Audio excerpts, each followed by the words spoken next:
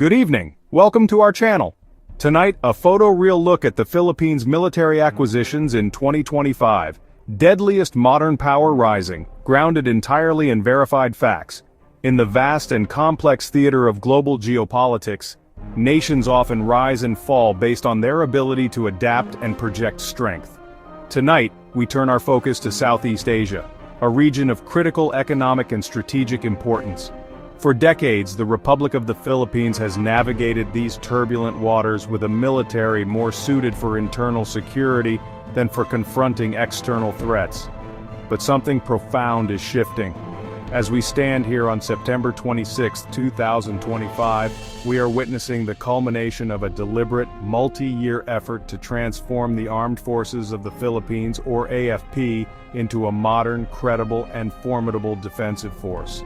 This is not a story of aggression, but one of deterrence.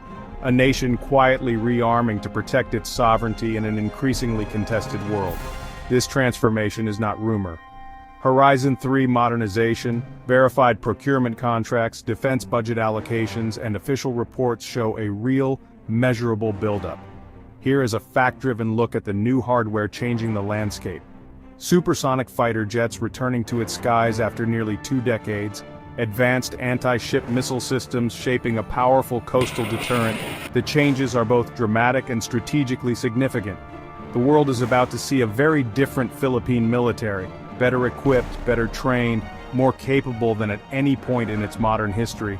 We break down the 2025 integrations, not just weapons, but symbols of resolve to uphold international law and secure maritime entitlements. From new frigates and fighter cover to shore-based missiles, the hardware, the strategy, and the implications of this underreported upgrade. Stay with us. The Philippine Navy is at the heart of this modernization push, and for good reason. As an archipelago of over 7,600 islands with one of the world's longest coastlines, maritime security is national security. By 2025, the surface fleet sees its most significant upgrade in history. The centerpieces, full operational deployment of the Jose Rizal-class frigates, BRP Jose Rizal and BRP Antonio Luna. 2 more advanced corvettes, under a roughly 28 billion peso deal with HD Hyundai Heavy Industries, are slated to begin delivery from 2025, boosting anti-surface, anti-submarine, and anti-air warfare. According to Janes and Naval News, modern SAMs, torpedoes, and a 76mm main gun. True multi-role warships. This shifts the Navy from coastal patrols to sustained blue water operations, projecting presence hundreds of miles offshore to defend the EEZ. New offshore patrol vessels from Hyundai, 6 larger OPVs with long-endurance patrol design, begin deliveries around 2025, establishing persistent presence and better vessel monitoring within the EEZ. They address range and seakeeping gaps that limited older, smaller craft. Amphibious lift expands with additional landing platform docks, akin to BRP Tarlac and BRP Davao del Sur. Crucial for moving troops, equipment, and humanitarian aid, and reinforcing remote garrisons like Pag-asa Island. A layered defense emerges, frigates and corvettes for high-end threats, OPVs for persistent patrols, and LPDs for mobility and sustainment. The strategic signal is unmistakable, not just patrolling the waters, but actively defending them. For the first time in generations, the Philippines is building a fleet capable of credible defense against a modern adversary across its maritime domain. At sea, capability rises. Now, the return of a fighter wing to guard those very waters from above. For nearly 2 decades, the skies were silent. No supersonic interceptors.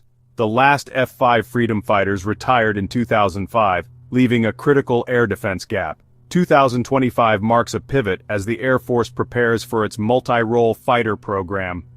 After exhaustive evaluation, the Swedish Saab JS-39 Gripen led the pack, with the American F-16 Viper class also considered. Defense officials report contracts being finalized, with initial deliveries expected as early as late 2025 into 2026. A squadron of 12 multi-role fighters is a quantum leap for the Air Force, beyond visual range missiles, precision-guided munitions, and advanced radar. This elevates the force beyond reliance on subsonic FA-50 trainers and light attack jets, to true air superiority capable of long-range intercepts and naval top cover. With fighters on call, violating Philippine airspace carries a significant cost.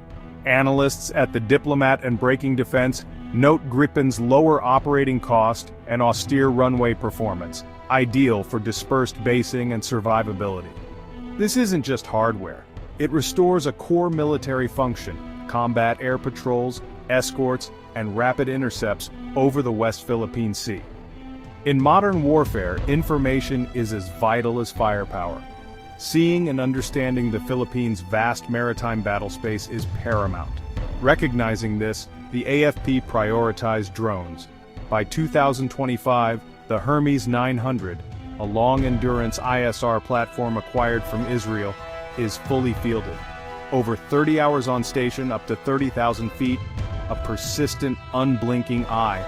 High-definition electro-optical and infrared cameras, synthetic aperture radar, and signals intelligence payloads deliver real-time, all-weather, day-night maritime awareness. From monitoring foreign vessels and documenting illegal activity to cueing naval and air assets without risking pilots or ships. Sustained 24/7 surveillance over choke points like Scarborough Shoal and the Spratlys turns episodic patrols into persistent ISR. On land, focus shifts from counterinsurgency to conventional territorial defense. A 9.4 billion peso Elbit Systems deal delivers Sabra light tanks, 105mm gun on Ascod tracked and Pandur-wheeled chassis, the Army's first modern tanks now in delivery and training for Philippine news agency reports. Atmos 2000 self-propelled 155mm howitzers bring rapid 40-plus kilometer precision fires and shoot-and-scoot survivability. Linked by new command and control, drones spot, command centers fuse, artillery and armor engage, a cohesive, mobile, lethal combined arms force. By 2025, the Army is more lethal, more mobile, and better protected, ready for conventional threats. Perhaps the single most significant acquisition, the BrahMos supersonic cruise missile, a landmark $375 million deal, with first batteries delivered and declared operational in 2025. Widely regarded as the fastest supersonic cruise missile near Mach 3, striking ships out to roughly 290 kilometers, with longer-range variants anticipated. Philippine Marine Corps Coastal Defense Regiment deployments create anti-access and area denial bubbles along the western seaboard. Its speed complicates interception, its warhead can cripple large warships, imposing prohibitive costs on aggressors. Operationalization in 2025 places the Philippines among a select group with supersonic anti-ship missiles, as BrahMos's first export customer, underscoring Manila-New Delhi ties. Why this upgrade, and why now? A deteriorating Indo-Pacific security environment, especially in the West Philippine Sea. Years of gray zone tactics, swarming militias, harassment of fishermen, obstruction of patrols, inside the Philippines' legally recognized EEZ. The comprehensive archipelagic defense concept shifts from reliance on allies to credible self-reliant deterrence, not matching superpowers but making aggression costly. BrahMos multi-role fighters, modern frigates. The 2016 arbitration ruling gives legal grounding, while verified reporting and public scrutiny built domestic consensus and political will to fund modernization. Firsts, restoration of supersonic intercept after 20 years, first 4.5 generation fighters in PAF service, first strategic, high-altitude, long-endurance ISR platforms enabling persistent surveillance, first modern tank fleet with 105mm guns, first truly mobile 155mm artillery with rapid displacement, first purpose-built modern anti-submarine corvettes, solidifying capabilities begun with Jose Rizal class, first ever supersonic anti-ship cruise missile and first credible anti-access/area denial shield. Together, these fill critical gaps and form an integrated, networked defense for 21st century challenges. This is not preparing for war, it is investing in peace through credible deterrence. If this fact-based analysis gave you a new perspective, power up that subscribe, launch a like with Afterburners, and drop a comment. Which capability will change the game most? Thank you for joining us.